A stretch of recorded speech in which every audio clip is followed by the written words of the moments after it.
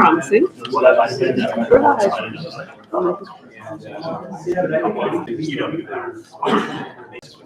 Yeah, well said. Okay. All right, greetings. Good evening, everyone. Thanks for your patience. Technology having a little case of the Mondays. Thank you so much, Lori and Marcy, for your diligence and taking care of that for us. I'd like to call this meeting to order. Let's establish that we have a quorum beginning with a roll call vote. Joe? Here. Corby? Here. John? Here. Meredith? Here. Christopher? Here. Juan Carlos? Here. And I am here as well. We have a quorum. Corby, has this meeting been properly noticed? Yes, it has. Thank you. To help ensure that we're centering our board work around our shared values and serving our students, we begin each of our board meetings by reading our district's equity framework and the Ho-Chunk land acknowledgement, both of which can be found at the top of your agenda. Juan Carlos, would you please be willing to read those for us this evening? In the Verona Area School District, our mission is that each student will acquire the knowledge and skills necessary to achieve their personal goals, thrive in a diverse global society, and lead a healthy, self-fulfilling life. To meet this mission, the Verona Area School District will ensure that every individual has access to the educational, social, and emotional support they need to feel valued and affirm their unique identities and experiences. We acknowledge that inequities and power dynamics exist in our system, such that some individuals, on the basis of their identities, face barriers to accessing the opportunities they need to experience success. In acknowledgement of such, the Verona Area School District is committed to disrupting these systems of inequity. Followed by the Ho-Chunk land acknowledgement. There are currently 12 tribal nations who call Wisconsin home, with the Ho-Chunk Nation being the primary group living around Madison. No matter where you are in the state, you're on the ancestral land of a tribal nation. As we begin our meeting, we honor the land upon which we stand. Thank you so much. Moving to adoption of our agenda. I'm taking some time, board members, to just peruse the rest of our agenda this evening, and I'd accept a motion to approve the agenda as printed. Thank you, Christopher. Is there a second? Second. Thank you, Juan Carlos. All those in favor of approving tonight's agenda as written, please signify with aye. Aye. Any opposed?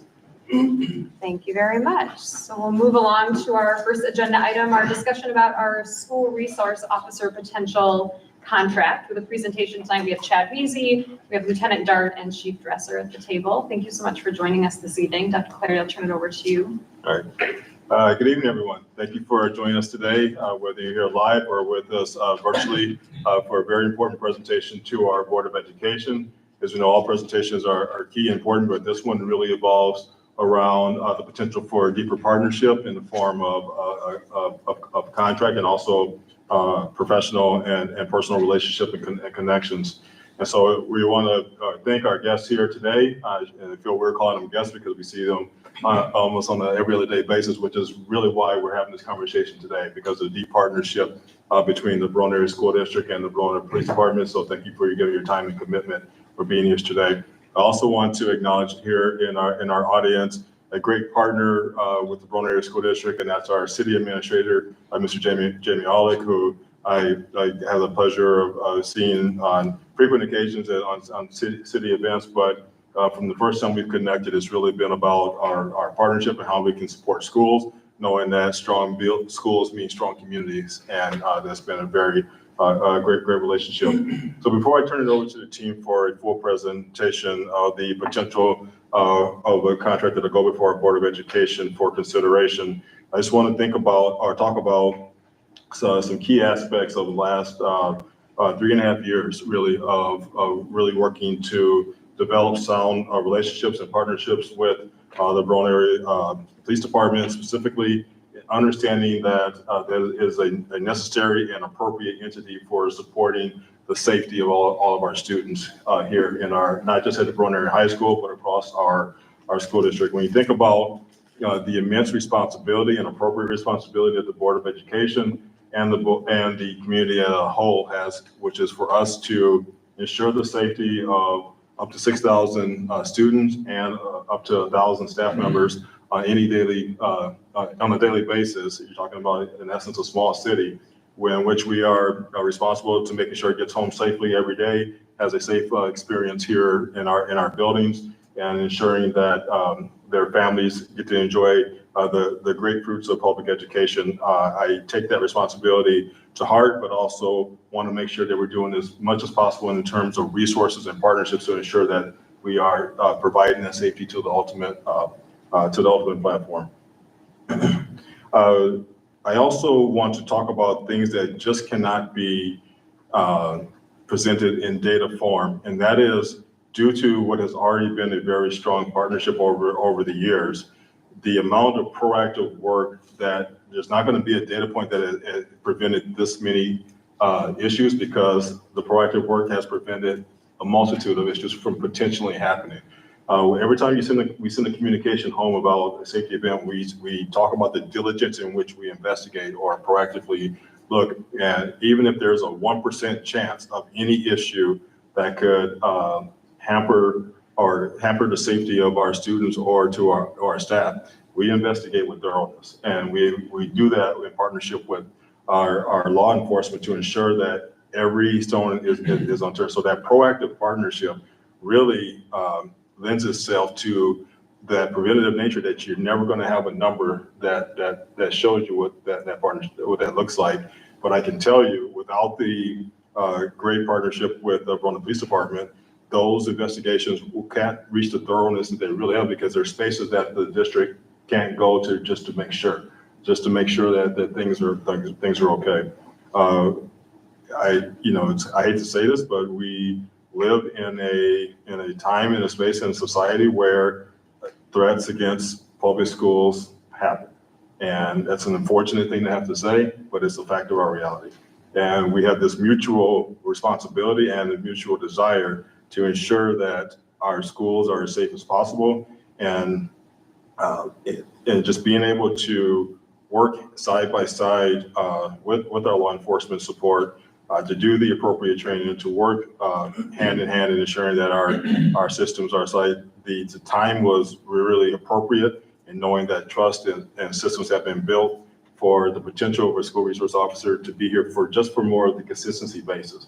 When you think about having someone that can build relationships here in our schools, ensuring that we can have a go-to person to prevent threat, and in the event of a threat against our schools, we have someone there that can help address that in a fast, more immediate scenario. So given that, I do want to just give my perspective of an endorsement of the potential for a contract today from my position as a superintendent, and I'll turn it over to our dynamic team to talk about what this potentially could look like as the board takes this into consideration. Turn on to Jeff. Thanks, Dr. Clarity. Certainly excellent introduction. I don't want to go through this and echo all the things that you said before I turn it over to the chief and lieutenant. Dr. C, I do think a place to even start to get data would be count the number of times either Lieutenant Dart or myself text each other, do you have a second? And we're in pretty much constant communication. To your point, even this building alone has 2,000 people in it every single day. And there's rare a day, but not for sure a week that goes by that we haven't been in touch over the last 3 years. Problem solving, communicating, and making sure that we're doing as much work proactively as possible to keep our school and community safe. Today, we want to go through a little kind of progress update in terms of the work we've been doing with the Verona Police Department, at which point I'd like to turn things over. The board hears from Dr. Clarity and myself all the time. We're super excited to have the chief and Lieutenant Dart here to kind of talk through a little history lesson, which I picked up even a few tidbits when I attended the city council meeting. And then we've got a quick summary of the contract. And then we wanted to leave time to make sure if the board had any questions, the three of us, including Dr. Clarity, were available to answer those. So a quick status update in terms of the work we have been doing for this entire year before I turn things over to Chief Dresser. As I said earlier, there is pretty much consistent two-way communication, both with the Fitchburg Police Department and the Verona Police Department on a number of issues related to community and school safety. Many times they can be as low level as things going on behind the scenes related to truancy work. There can be mandatory reporting work. And to Dr. Clarity's point, if we get a tip on a Saturday night that someone is concerned about a student who's making unsafe posts on social media. I'm on the phone with Matt, and we're developing a plan to make sure that things are safe on Monday morning. We are excited about the possibility of having a police officer in our school district, in this school, that knows our community and knows our staff in an even deeper way than the two of us do, where that Saturday night phone call is all the more meaningful. And they know the mom, they know the dad, they know aunt, they know uncle, they know cousin, because they're embedded in this community on a daily basis. I can also say that we've picked up the second semester here, and these have been great. We've made our rounds around the school district. Savannah Oaks will be our last stop, where we set aside an hour and a half to go through a number of different tabletop exercises. Where our team will, and that's a picture right there of a big one we did here at the high school. We'll go through a couple of different scenarios that require school administration and support staff, along with the police department, to go through our own standard operating procedure related to a potential safety issue, to make sure we don't have any areas we feel exposed in a systematic way. And those have been really good discussions. Things have come up that have actually said, yeah, we should tweak this in our incident response guide for the following year, because we're having these discussions on a more regular basis. I just attended an active threat training with the Verona Police Department along with Principal Cox. Shayla Glass Thompson was there, and that was really good just this week. And lastly, we've had certain times that our district starts a threat assessment process for a student, and have enough going on in an individual case where we'll call in the Verona Police Department to join that team in terms of making sure that we're putting a safety plan and have all the right questions answered related to individual student needs, and that happens quite often as well. I do want to be brief because we do want to hear from the chief and the lieutenant. Certainly here tonight to answer any questions that come up in terms of our current work and the ways we envision this partnership moving forward. So it's good to see everybody, and I will turn things over. I think, Chief, are you going to open things up? I will. Yeah. All right, Chief Dresser, we'll turn it over to you. I'll be your slide flipping guy. All right, appreciate it. So thank you everybody for having us. We're thrilled to be here. Just a little bit of history. We've had an officer in the Verona High School since 1998. Officer Steve Zimmer, who retired as a sergeant 10 years ago, actually was our first school officer. And back then we called it a police school liaison officer. We're changing that language now to SRO to catch up with the rest of the Dane County in the area, because apparently PSL did not stick, but that's what we call them here in Verona. Matt Dart is a lieutenant of operations for patrol. He will supervise the SRO directly. He also has the distinct privilege of formerly being a school resource officer, or a PSL back then. So has firsthand knowledge of working in the Verona High School a few years ago, right? Just a couple. It wasn't until about 2019, 2020 that we could not reach a successor agreement, and a variety of reasons for that. Part of it was COVID, part of it was political culture at the time, an anti, or not everybody agreed with law enforcement, kind of riding on the tails of George Floyd, and going along with COVID again, you had a brand new beautiful building sitting here and it was vacant for a year. To coincide with that, you just hired security staff. So you're trying a new model. So for those reasons, we did not have a successor agreement, and we've gone a few years without having an officer in the school. We are excited to have an officer back in the school, and what I really want to focus on or point out is it's not for enforcement. We're not here for enforcement. First and foremost, we want to add a layer of security. Mr.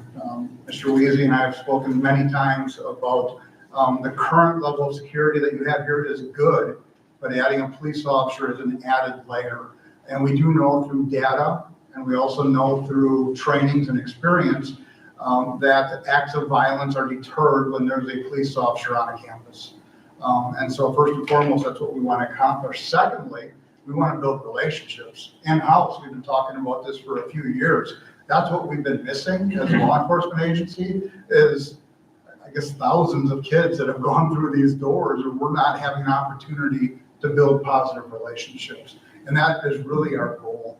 And I can think back to one of our more recent school officers and a letter he received from a student.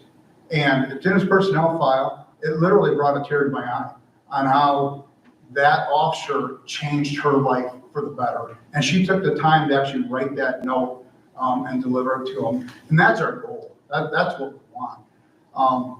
We understand that this is an educational facility. I see that you focus on culture. So do we actually. The culture of the Verona Police Department is very important to us. I mean, we have vacancies that I could have filled 5 times over. I haven't because I want to make sure I get the right people in those spots. And having said that, I want to make sure we get the right person up here in the school. Back in 2019, 2020, we had 0 officers that wanted to be a school officer. And again, it's kind of going back to the political climate back then. And now, I'm proud to say we have 3 officers that are excited at the opportunity to be a school officer, and that's sort of here in the high school. And so that has changed. And of course, you know, whoever that officer is, we want them, they want to be here. You know, they want to bring, you know, that their passion with them. And we definitely do have passionate police officers that can make a difference. We are very excited. I'm kind of going off script. I'm gonna try to follow you. All right, so next page. I'd be remiss if I didn't speak a little bit about school violence, the incident at Mount Horeb. We had officers that were there. We saw and felt the impact. We have instructors in active threat. Lieutenant Dart is one of them, so they actually played a pretty pivotal role managing that incident. Abundant Life Christian, we were not there, but it affected us just like everybody else nonetheless. That's the last thing any of us want to see or read about or deal with in real life. But as already mentioned, that is the world we live in, that is our reality, and that is what we train for that immediate response and stopping the threat. And so that is the added bonus of having an officer in the school. And one, to act as a deterrent, but 2, train on stopping the threat. Our interactions with Superintendent Clarity and Mr. Weezy have been amazing. And I use the word refreshing. I hope that's not an over-exaggeration, but to us it's been refreshing because, as Mr. Weezy said, the phone calls, the interactions, the collaboration that we have done.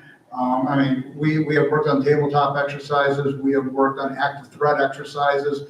There's a plan to work on reunification. All these things that we need to be doing, and it's gelling. It's a very positive relationship, and I think that's why, from the city's perspective and the school's perspective, this is going to be successful. So we do appreciate you hearing our current status and our desire and what we hope to accomplish by putting an officer back in the school. A couple of changes from the former agreement, and they're pretty minor. We like the idea that you have security on campus. Again, I refer to it as a layer of security. Previously, our school officer would pretty much be the first line of defense, would get involved with disturbances and fights. And that wasn't necessarily good because they were police officers, and then they go into investigative mode, and then citations are being issued, and then you just have the police presence, and if they call for backup, and now you have more uniformed officers on campus, and things just kind of escalated. And I understand that. I saw that perspective.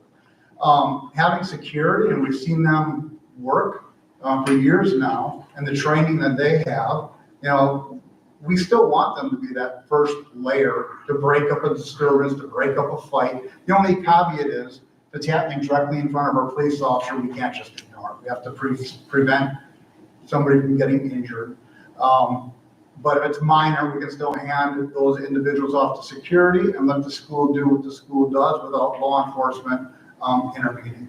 And I think that's a win-win. I think it's a win for the city, it's a win for the school district, it's a win for the student. Just not having that extra law enforcement contact and investigation. Something I've struggled with a little bit, just only a little bit, is the drug investigations that occur. Right now, let me back up. When we had an officer in the school, we would investigate everyone. We'd document the student's name, and a lot of times they would get a citation.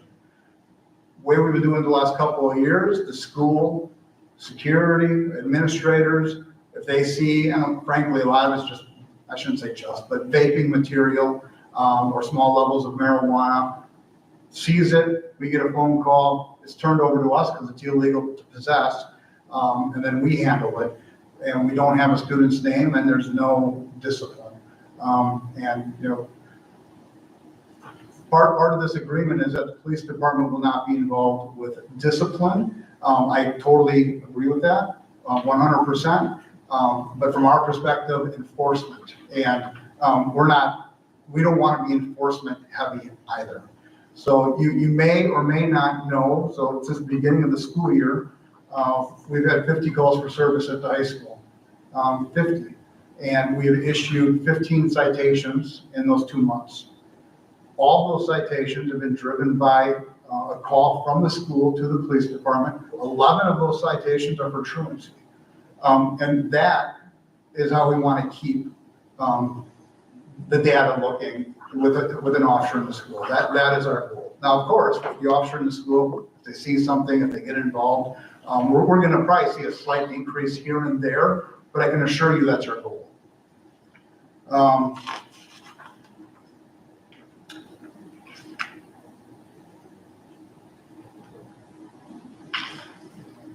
And I guess a brief comment about, was this your slide for 80-20?